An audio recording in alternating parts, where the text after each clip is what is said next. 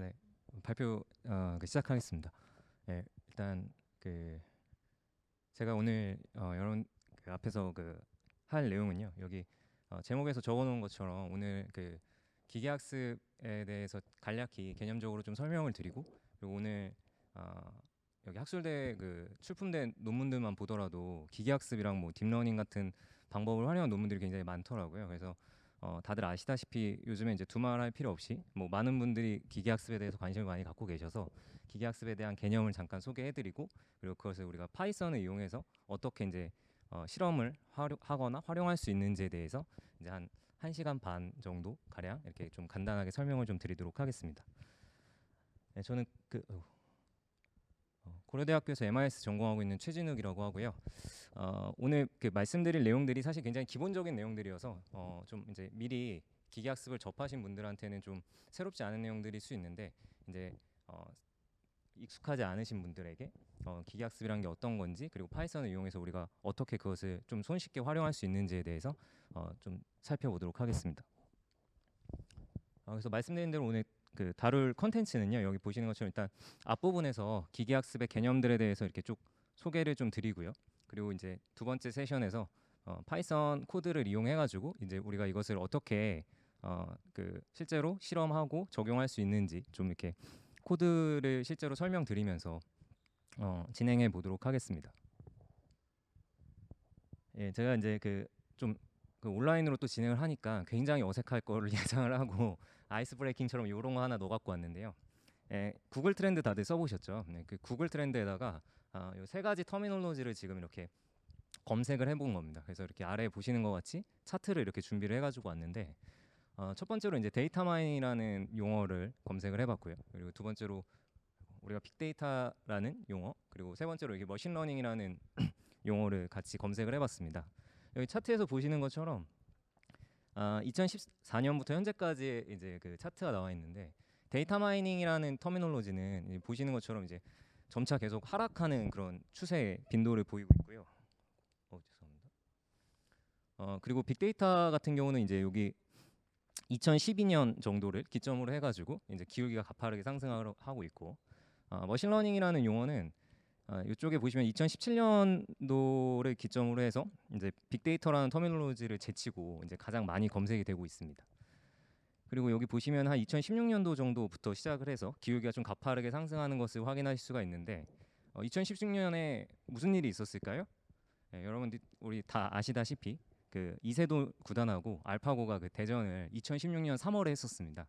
그래서 그때부터 이제 머신러닝이라는 그런 어떤 용어가 우리들에게 좀 더 이제 관심을 많이 받게 되고 조금 더 이제 대중화가 됐다고 좀 보이는 것 같습니다.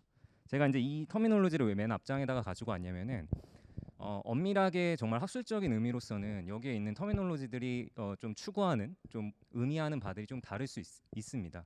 그런데 저희가 일반적으로 데이터 마이닝이라고 하건 뭐 머신러닝이라고 하건, 혹은 요즘에 뭐 딥러닝, 좀 더 뭐 제너럴하게는 뭐 AI 같은 터미놀로지까지도 사실은 데이터를 기반으로 해서 우리가 그 안에 숨겨진 어떤 패턴이라든가 뭐 난리지를 이렇게 활용하고자 하는 그런 방향성은 거의 비슷한 거라고 저는 생각을 하기 때문에, 이제 들어가기에 앞서서 데이터 마이닝이든 뭐 머신러닝이든 오늘 제 세션에서는 비슷한 의미로 이렇게 활용을 하겠다, 그렇게 이해를 해주셔도 괜찮을 것 같다라고 말씀을 드리면서 시작을 해보겠습니다.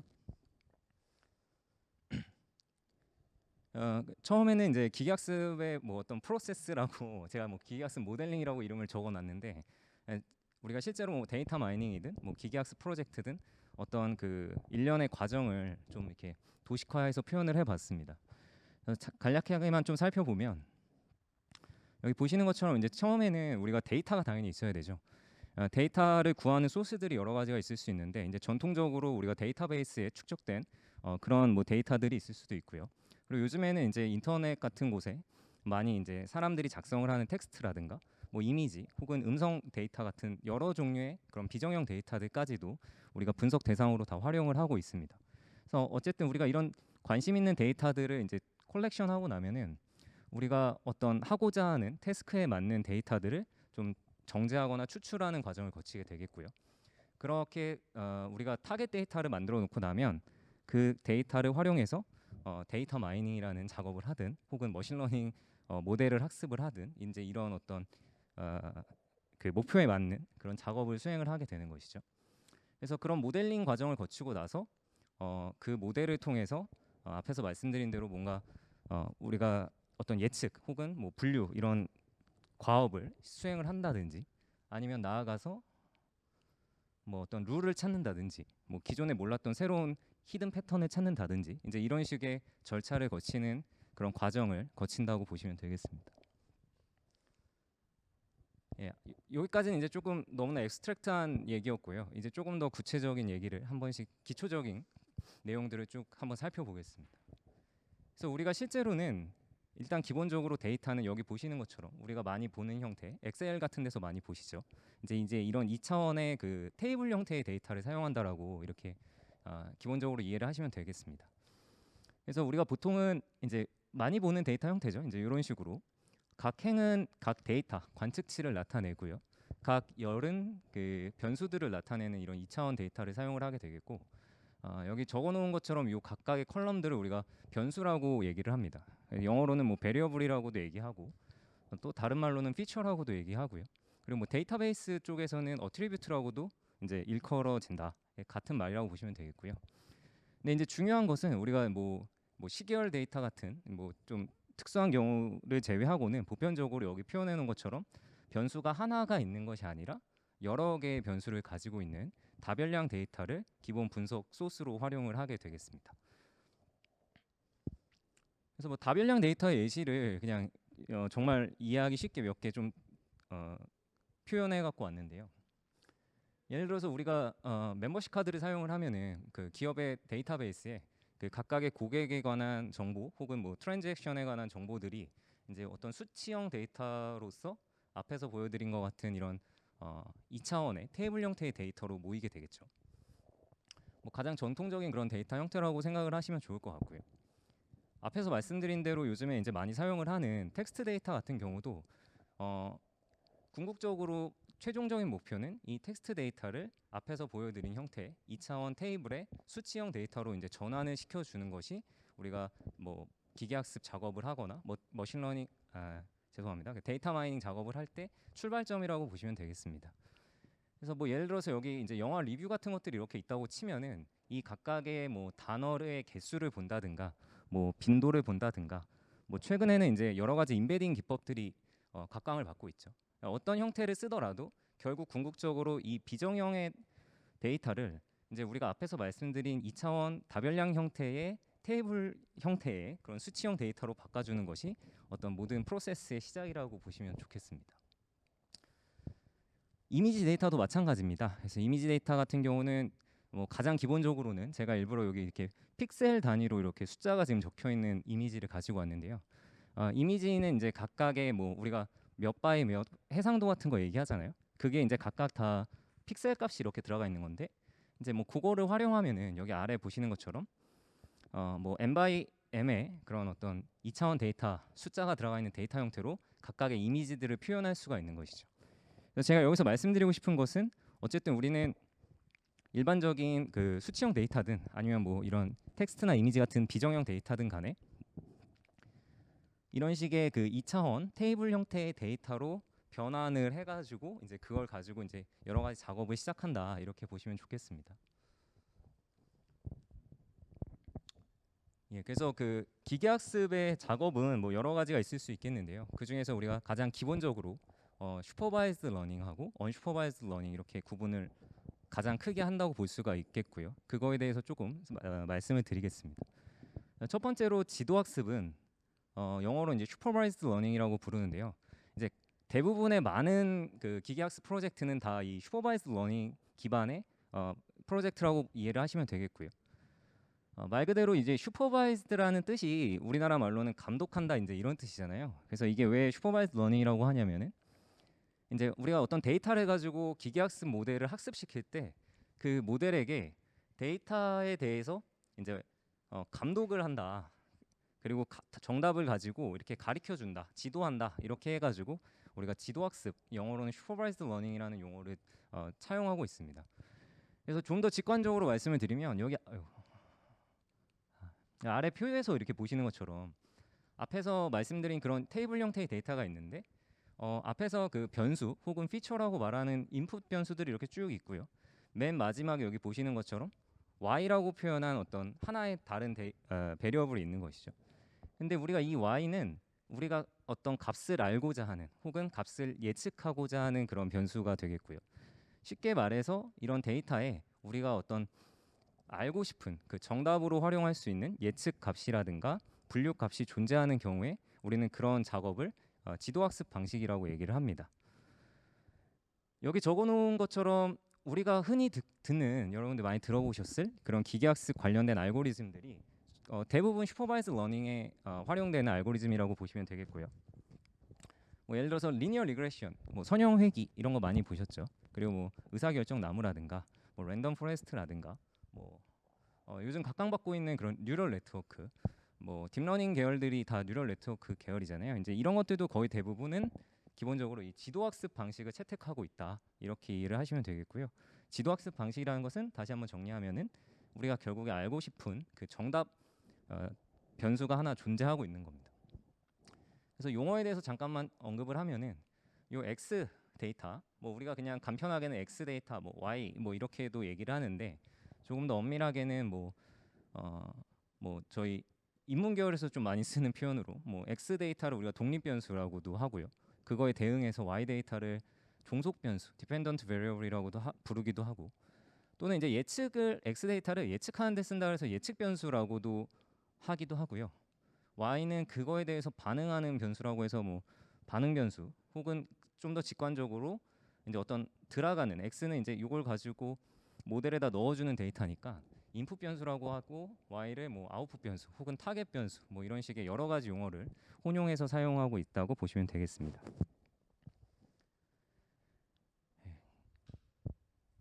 아주 친절하게 여러분들의 이해를 좀 더 확인하기 위해서 예시를 하나 살피고 가면은 이제 뭐 지도학습의 예시는 엄청 많이 들 수가 있겠죠. 그래서 앞에서 말씀드린 대로 우리가 어떤 알고 싶은 분류하고 싶거나 예측하고 싶은 값이 있는 경우는 다 지도학습 방식이라고 보시면 되겠고요. 앞에서 뭐 예를 들어드린 것처럼 그 고객 데이터가 있다. 이제 그런 경우에 예를 들어서 우리가 멤버십 카드로부터 이렇게 뭐 성별이라든가 나이라든가 쭉 관련 정보를 가지고 수집을 하겠고요. 그 관련 정보를 가지고 여기 보시는 것처럼 어떤 예를 들어서 구매 금액이라는 그 데이터가 있는데 내가 고객의 정보를 이용해 가지고 그 고객이 얼만큼의 구매를 할지를 예측을 하겠다. 이제 이런 경우 이제 우리가 지도학습의 하나의 작업이라고 볼 수가 있겠고요. 뭐 많이들 굉장히 많이들 하는 것 중에서 앞에서 보여드린 어떤 텍스트 데이터를 각 단어의 어떤 뭐 빈도수로 이렇게 데이터를 만들어 놨다고 치면은 예를 들어서 그 어떤 단어가 등장하는지에 따라서 그 글의 뭐 감정이라든가 혹은 뭐 평점이라든가 이런 것이 어떻게 되는지를 예측을 하겠다. 이제 뭐 이런 경우도 전부 다 지도학습이라고 보실 수가 있겠죠. 예, 그 앞에서 말씀드린 대로 우리가 흔히 뭐 머신러닝 프로젝트라거나 머신러닝으로 하는 많은 그런 작업들은 대부분 지도학습에 많이 속한다고 보시면 되겠습니다. 그리고 여태까지는 거의 지도학습이 이제 이 머신러닝 분야를 이끌어 왔다라고 사람들이 이렇게 얘기를 하더라고요. 근데 그와 반대되는 개념으로 이제 우리가 비지도학습이라는 것이 존재를 하고요. 영어로는 그냥 앞에 on자 붙여가지고 unsupervised learning이라고 이렇게 얘기를 하고 있습니다. 간단하게 지도학습과는 반대로 그 예측하고 싶은 아웃풋 변수, 타겟 변수가 없는 그런 경우를 우리가 비지도학습이라고 하고요. 이 경우에는 앞에서 말씀드린 것처럼 지도학습과는 달리 모델을 학습하는 과정에서 모델한테 지도를 해주지 않는 거죠. 그래서 이건 정답이 이런 거야 이렇게 지도를 해주지 않기 때문에 우리가 이걸 비지도학습이라고 부릅니다. 근데 실제로 이 비지도학습은 우리가 굉장히 접하는 많은 데이터, 많은 경우의 그런 문제들의 사실은 이 비지도학습에 속하는 경우가 굉장히 많고요. 그래서 아직까지는 발전은 좀 더딜 수도 있지만 굉장히 연구가 많이 이루어지고 있는 분야고 앞으로 향후에는 머신러닝 분야, 이 기계학습 분야를 이끌어 나가는 그런 주된 그런 파트로서 비지도학습이 최근에 곽광을 받고 있습니다. 뭐 비지도학습의 경우에 가장 대표적인 거는 이제 클러스터링 애널리시스, 뭐 우리나라 말로는 군집 분석이라고 하죠. 그래서 이제 비슷한 것들을 이제 이렇게 그룹핑하는 그런 클러스터링 애널리시스가 가장 대표적인 예라고 볼 수가 있겠고요. 제가 여기다가는 담지 않았지만은 뭐 슈퍼바이즈드 러닝하고 언슈퍼바이즈드 러닝의 특징들을 각각 이제 좀 조화시키는 그런 세미 슈퍼바이즈드 러닝이라는 것도 있고요. 뭐 다른 여러 가지 변형된 그런 작업들이 있는데 기본적으로는 지금 말씀드린 지도학습과 비지도학습을 기본적으로 이제 고려하시면 되겠다. 이제 이런 말씀을 드리겠습니다. 비지도학습의 예시에서 앞에서 말씀드린 그 클러스터링 애널리시스는 이제 뭐 이런 작업이라고 보시면 되겠습니다. 앞에서 말씀드린 대로 이렇게 이미지 데이터가 만약에 있는데 그 이미지 데이터에 그냥 사진만 있는 거예요. 그 이미지가 어떤 건지에 대한 뭐 정보를 우리가 갖고 있지 않습니다. 이제 그런 경우에는 예측하고자 하는 어떤 그 타겟 변수가 없기 때문에 지도학습이 아니고 이제 비지도학습으로 활용을 할 수가 있겠죠. 그래서 이제 이런 어떤 사진들이 쭉 이렇게 픽셀 값으로 아까 보여드린 말씀드린 그런 테이블 형태의 데이터가 존재한다고 하면은 이제 걔를 가지고 예측하고 싶은 건 예측하고자 하는 값은 없으니까 그냥 그 이미지 값들을 가지고 예를 들어서 이제 이런 식의 어떤 뭐 군집 분석을 할 수가 있다는 거죠. 그래서 뭐 비슷한 그런 이미지들끼리 이렇게 하나의 어떤 군집을 형성하거나 이제 이런 식으로 활용을 할 수가 있는 그런 것이 이제 비지도 학습의 가장 일반적인 보편적인 그런 예시라고 볼 수가 있겠습니다. 네, 그래서 이제 앞에서는 이제 그 기계학습 작업에 대해서 우리가 다별량 형태의 테이블 형태의 그런 2차원 데이터를 기본적으로 활용한다라는 것에서 시작을 해서 지도학습과 비지도학습이 뭔지 가장 이제 일반적으로 분류할 수 있는 작업에 대해서 살펴봤고요. 여기서부터는 약간 지도학습을 중심으로 좀 이제 설명을 좀 이어 나가 보도록 하겠습니다. 왜냐하면 앞에서 말씀드린 대로 우리가 기본적으로는 지도학습 방식이 머신러닝 혹은 데이터 마이닝 그런 어떤 프로젝트나 그 작업들에서 기본적으로 사용이 되기 때문에 지도학습을 중심으로 시작을 해보겠습니다. 뭐 데이터 모델링이라고 이렇게 적어놨는데요. 뭐 다른 여러 가지 용어가 쓰일 수 있겠습니다. 뭐 우리가 기계학습에서 모델을 학습시킨다. 이 머신 러닝에서 그 러닝의 의미가 이제 이 모델링의 의미랑 같이 이제 좀 비슷한 거라고 보시면 좋을 것 같고요. 제가 아주 직관적으로 이제 그냥 우리가 개념적으로 이해하고 넘어가자는 측면에서 이제 이런 아주 귀여운 사진 하나 가지고 왔는데 여기 이렇게 적어놨습니다. 그래서 주어진 어떤 인풋에 대해서 우리가 일련의 어떤 정해진 작업을 정해 놓는 겁니다. 여기서 보시는 것처럼 사과가 들어오면은 어떻게 해라 이렇게 적어 놓는 거죠. 정해 놓는 거죠. 그래서 그런 작업을 거쳐 가지고 이제 최종적으로 아웃풋을 이렇게 돌려주는 여기는 제가 이렇게 상자로 표현을 해놨는데 이 상자를 찾아내는 것 혹은 만들어내는 것이 우리가 데이터 모델링이라고 이야기할 수가 있겠고요. 요게 다른 말로는 좀 전에 말씀드린 것처럼 우리가 머신러닝에서 그 러닝의 의미가 기계학습 모델을 학습시킨다는 의미가 이 주어진 데이터를 가지고 이런 어떤 일련의 작업을 하는 상자를 추정해내는 것이라고 볼 수가 있겠습니다. 다시 한 번만 정리하고 넘어가면 주어진 데이터를 가지고 정해진 어떤 작업, 어떤 예측을 하거나 혹은 분류를 하거나 여러 가지 우리가 목표하는 작업을 할 수 있는 그런 어떤 상자 혹은 함수를 만들어내는 겁니다. 주어진 데이터를 가지고. 그리고 나서 새로운 데이터가 이렇게 딱 들어오면은 우리가 만들어 놓은 그 상자에다가 넣어줘서 그 이제 일련의 작업을 이렇게 해내겠죠. 그래서 그 값을 가지고 예측 값으로 활용하는 것이 전반적인 기계학습의 어떤 그런 프로세스라고 이해를 하시면 좋을 것 같습니다. 그래서 앞에서 한 얘기를 다시 한 번만 정리하면요. 결국 데이터 모델링 혹은 기계학습에서 모델을 학습시킨다는 것은 우리가 가지고 있는 주어진 데이터를 가지고 어떤 함수를 추정하는 겁니다. 앞에서 제가 상자라고 표현해 놓은 그 함수를 추정하는 것이 데이터 모델링이다. 혹은 모델을 학습시키는 거다. 이렇게 보시면 되겠고요. 왜 여기서 제가 함수를 찾아내는 것이라든가 뭐 만들어내는 것이 아니라 추정이라는 단어를 골랐을까요? 네, 그 온라인으로 답변을 하고 계실 거라고 상상하고 우리가 전체 데이터를 다 가지고 있지 못하니까 그런 거죠. 우리가 어떤 내가 하고 싶은 작업에 대한 전 세계에 존재하는 모든 데이터를 가지고 있다면 추정할 필요가 없겠죠. 그냥 그 함수의 관계를 찾아내면 됩니다. 근데 우리는 실제로 그럴 수가 없기 때문에 우리가 가지고 있는 데이터를 가지고 최대한 열심히 기계나 혹은 알고리즘에다가 이렇게 학습을 시켜줘가지고 여기 적어놓은 대로 추정을 해내는 것이죠. 그래서 우리가 이렇게 결국은 이 fx, x를 인풋 x를 받아가지고 어떤 예측하는 어떤 아웃풋을 뱉어주는 그런 함수를 추정하는 것이 기계학습에서 모델을 학습시키는 것이다. 이렇게 이해해 주시면 좋겠습니다.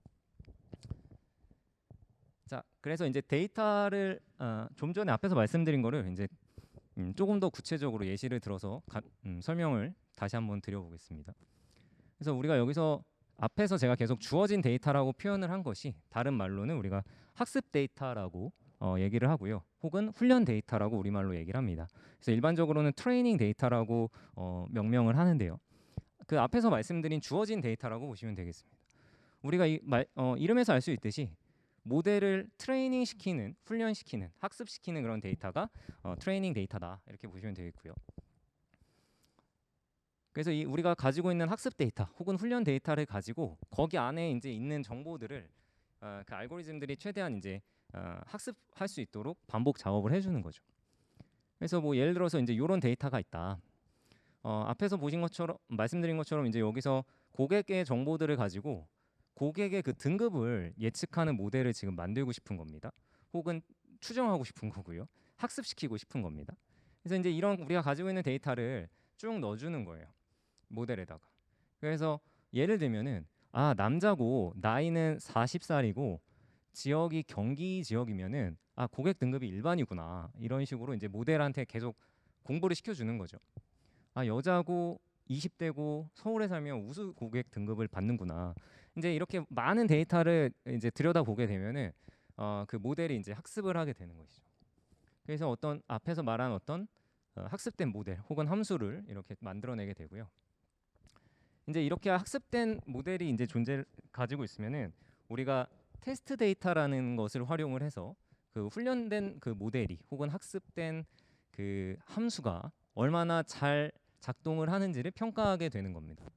그래서 이 평가하는 것은 여기에 그림으로 설명을 드리면 실제로는 우리가 새로운 데이터를 갖다가 이제 평가를 하면 좋은데 우리가 실험하는 단계에서는 그럴 수가 없잖아요. 그래서 이제 뒤에서 말씀드리겠지만 가지고 있는 데이터를 쪼개가지고 실제로는 우리가 여기 보시는 것처럼 고객 등급을 이렇게 알고 있어요. 정답을 예측하고자 하는 값을 알고 있는데 이제 얘를 이렇게 가려놓고 우리는 마치 얘를 모르는 실제 그런 우리가 예측하고자 하는 그런 상황을 만들어주는 거죠.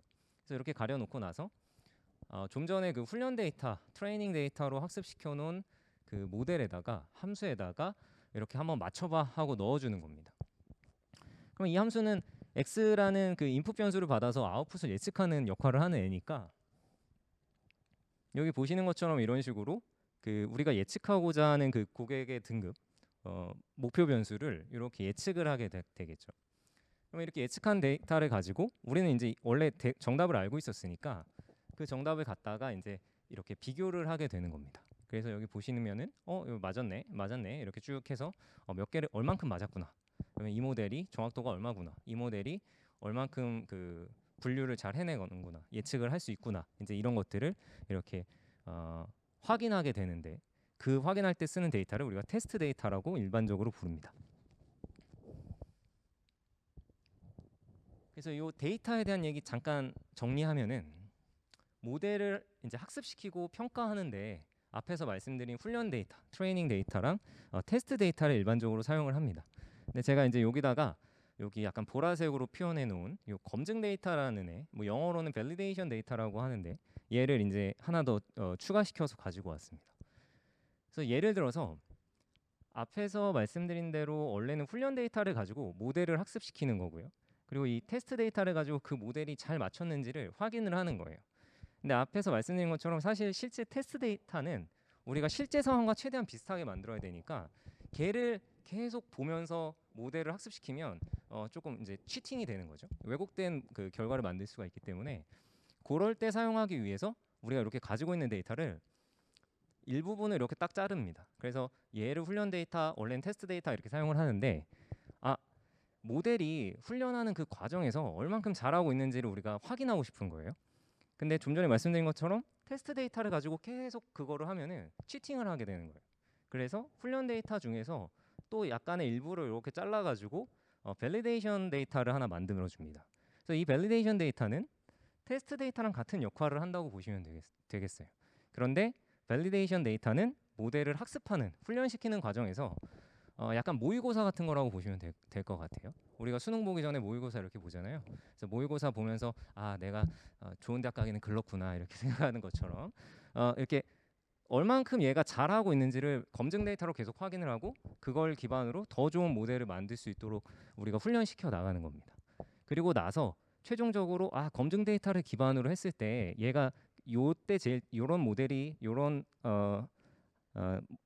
그 기계학습 모델이 제일 잘한다 이렇게 딱 생각을 하면은 마지막에 이제 테스트 데이터를 갖다가 평가를 해가지고 우리의 모델의 성능이 이만큼입니다라고 이렇게 서로 우리가 판단을 하게 되는 것이죠. 그래서 이제 실질적으로는 이렇게 세 가지 데이터로 많이 나눈다고 보시면 되고요. 뭐 많은 경우에는 이 검증 데이터를 안 쓰는 경우도 있는데 이제 일반적으로 좀 더 엄밀한 과정에서는 제가 좀 전에 말씀드린 것처럼 이렇게 세 가지 데이터셋을 구분을 하고 모델을 학습시킨다고 보시면 되겠고요. 일반적으로 이제 크로스 밸리데이션 같은 방법을 또 많이 사용을 하지만은 제가 그거는 오늘은 가지고지 않았는데 요즘에는 이제 최근에 딥러닝 같은 것들이 굉장히 각광받고 있잖아요. 근데 딥러닝은 그 모델을 한 번 학습시키는데 굉장히 오래 걸리고 그 학습 비용이 많이 들어가지고 이제 이런 지금 말씀드린 이런 식으로 세 개의 데이터셋으로 구분해서 하는 것이 되게 일반적으로 사용된다고 이렇게 이해를 하시면 좋을 것 같습니다. 요거는 나중에 그 파이썬 할 때 조금 더 실험으로 한번 보여드리겠습니다. 자, 그래서 이제 거의 끝나가는데 우리가 여기 데이터 마이닝이라고 적어놨네요. 뭐 기계학습이든 데이터 마이닝이든 이제 우리가 갈 수 있는 그런 문제에 대해서 슈퍼바이즈드 러닝에서 이제 크게 또 두 가지로 구분을 하는데요. 아주 쉬운 거예요. 그래서 아까 슈퍼바이즈드 러닝 같은 경우는 예측하고자 하는 그 목표 변수가 존재하느냐를 가지고 슈퍼바이즈드 러닝이다라고 구분을 한다고 했는데 그 목표 변수, 타겟 변수, 예측하고자 하는 값이 변수의 값이 연속형 데이터면은 우리가 걔를 수치 예측이라고 하고요. 영어로는 뭐 리그레션 문제 혹은 회귀 문제라고도 우리가 이렇게 부릅니다. 그래서 연속형 데이터가 뭐냐? 뭐 엄청 많죠. 그래서 예를 들어서 앞에서 보여드린 것처럼 가격을 내가 예측하고 싶다. 가격은 수치형인 거죠. 1,000원, 2,000원, 3,000원 이렇게 단위로 잘랄 수 있지 않나요? 예, 아니죠. 실제로는 뭐 1,000 뭐 얼마도 있고요. 뭐 이렇게 쭉 계속 만들 수 있죠.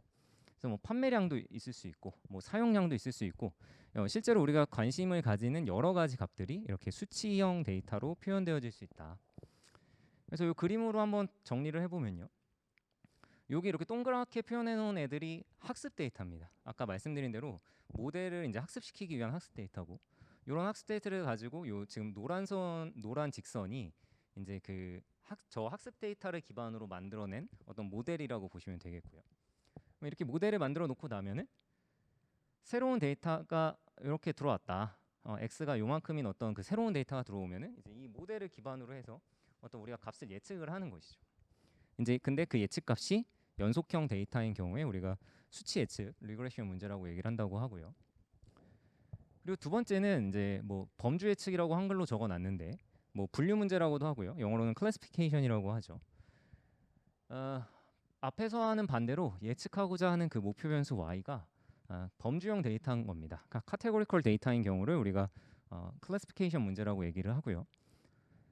뭐 이 범주 구분하는 거는 무지무지하게 또 많죠. 예를 들어서 뭐 구매를 할지 안 할지를 예측하겠다. 혹은 뭐 오류 정상 제품인지 비정상 제품인지를 확인하겠다. 이런 것들이 전부 다 뭐 클래시피케이션 문제가 될 수가 있겠고요.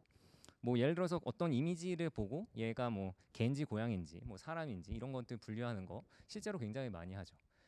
뭐 예를 들어서 실제로 굉장히 많이 적용이 될 수가 있습니다. 뭐 예를 들어서 우리가 그 핸드폰 저기 뭐야 이렇게 지문 같은 거 인식해서 들어갈 때도 어떻게 보면 이 클래시피케이션 문제라고 볼 수가 있는 거예요. 그래서 그 사용자가 맞는지 아닌지를 구분할 수가 있는 거죠. 그래서 앞에서와는 다르게 이 데이터들의 이렇게 색깔이 달라요. 왜냐하면 이제 클래스가 범주가 다르다는 거를 표현해 놓은 겁니다. 그래서 마찬가지로 이제 이런 학습 데이터를 가지고 모델을 찾아내고 그 모델을 이제 존재하는 경우에 새로운 데이터가 딱 들어오면은 이제 이게 무엇인가 이렇게 예측을 하는 것이 저 모델 훈련 데이터를 가지고 학습한 그 모델 혹은 그 함수가 하는 역할인 거고요. 이제 이런 일련의 과정을 우리가 뭐 기계학습 작업이라고 이렇게 생각을 하시면 기본적으로는 충분할 것 같습니다. 이건 앞에서 말씀드린 그 군집 분석인데 요거는 그냥 넘어가도록 할게요. 그래서 앞에서 말씀드린 대로 수치 예측 문제랑 리그레션 문제랑 범주 예측, 뭐 클래시피케이션 문제가 있는데 그거를 우리가 평가를 해야 되잖아요. 얼마나 잘하는지. 평가를 하는 방법에 대해서 그냥 개념적으로 적어 놓은 거고요. 뭐 굉장히 상식적으로 평가를 합니다. 앞에서 말씀드린 연속형 데이터를 맞추는 리그레션 문제 같은 경우는 이제 개념에서 다 이제 어떤 평가 기준을 만들어내는 것이고요. 결국은 예측한 우리가 학습한 모델이 예측한 값하고 실제 가지고 있는 그 값 정답과의 그가 얼마나 가깝게 예측을 했느냐, 얼마나 근접하게 예측을 했느냐, 이제 이거를 가지고 여러 가지 평가 기준들을 만들어낼 수가 있고요. 조금 더 다른 말로 표현을 해보면 실제 값과 예측 값 사이의 그 차이 혹은 오차, 뭐 에러 정도를 그 평가 기준으로 활용을 하는 것이죠. 가장 대표적으로는 이제 뭐 민스퀘어드 에러 같은 것도 있고요. 뭐 민 앱솔루트 에러도 있고요. 뭐 여러 가지 평가 지표들이 있겠습니다. 반대로 이제 클래시피케이션 문제 같은 경우는 그냥 더 직관적으로 실제랑 문제 낸 거 중에 몇 개 맞췄어, 몇 개 제대로 분류했어, 이제 이거를 가지고 본다고 생각을 하시면 되고요. 일치 여부를 기준으로 평가 모델을 평가한다 이렇게 보시면 되겠습니다. 그래서 뭐 가장 대표적으로는 이제 어큐레시 전체 뭐 100개 중에 몇 개 맞췄냐, 이제 단순히 이렇게 어큐레시로 보는 경우도 있고, 뭐 이따가 혹시 잠깐 설명드릴 수 있을지 모르겠지만 뭐 여러 가지 상황에 따라서 뭐 그 상황을 반영할 수 있는 그런 매저들을 만들어내고 그걸 가지고 우리가 학습한 모델이 얼마나 잘 작동을 하는지를 평가한다 이렇게 보시면 되겠습니다. 참고로 여기 이제 적어놓은 것처럼 이제 언슈퍼바이즈 러닝 같은 경우는 아까 예측하고자 하는 그 y가 없다 그랬잖아요. 그래서 이제 문제가 좀 뭐냐면은 이게 잘했는지 안 했는지를 해석하는 게 평가하는 게 어렵다는 문제가 있어요. 그래서 보통은 이제 앞에서 말씀드린 뭐 예를 들어서 군집 분석 같은 경우에는 정해진 정답 셋이 없기 때문에 이제 주관적으로 해석하는 경우가 있다. 이제 이렇게 제가 적어놨는데 그냥 딱 보는 거예요. 예를 들어 아주 직관적으로는 이게 잘 된 것 같아. 이제 이런 식으로. 근데 A라는 사람이 보는 거랑 B라는 사람이 보는 게 이제 다를 수가 있으니까 이제 약간 그런 문제가 있을 수 있고요. 뭐 그런 것들을 이제 또 좀 보완하기 위해서 어떻게 보면 조금 더 수치적으로 이렇게 그 값을 매저하는 매저들을 만들기는 하는데 어쨌든 그 정답이 없기 때문에 근본적으로는 그 비지도 학습이 가지고 있는 좀 평가에서의 좀 단점이라고 볼 수가 있겠죠. 자, 여기까지 하고요. 요거는 이제 마지막으로 그냥 정리하는 차원에서 하나 넣어 갖고 왔는데요. 번역을 못 하겠어 갖고 그냥 영어로 적어 왔습니다. 그래서 이 머신러닝에서 보면은 이 기초 책에 이 바이어스 베리언스 트레이드 오프라는 개념이 이렇게 등장을 합니다. 그래서 뭔가 되게 그럴싸해 보이는데 굉장히 쉬운 얘기예요.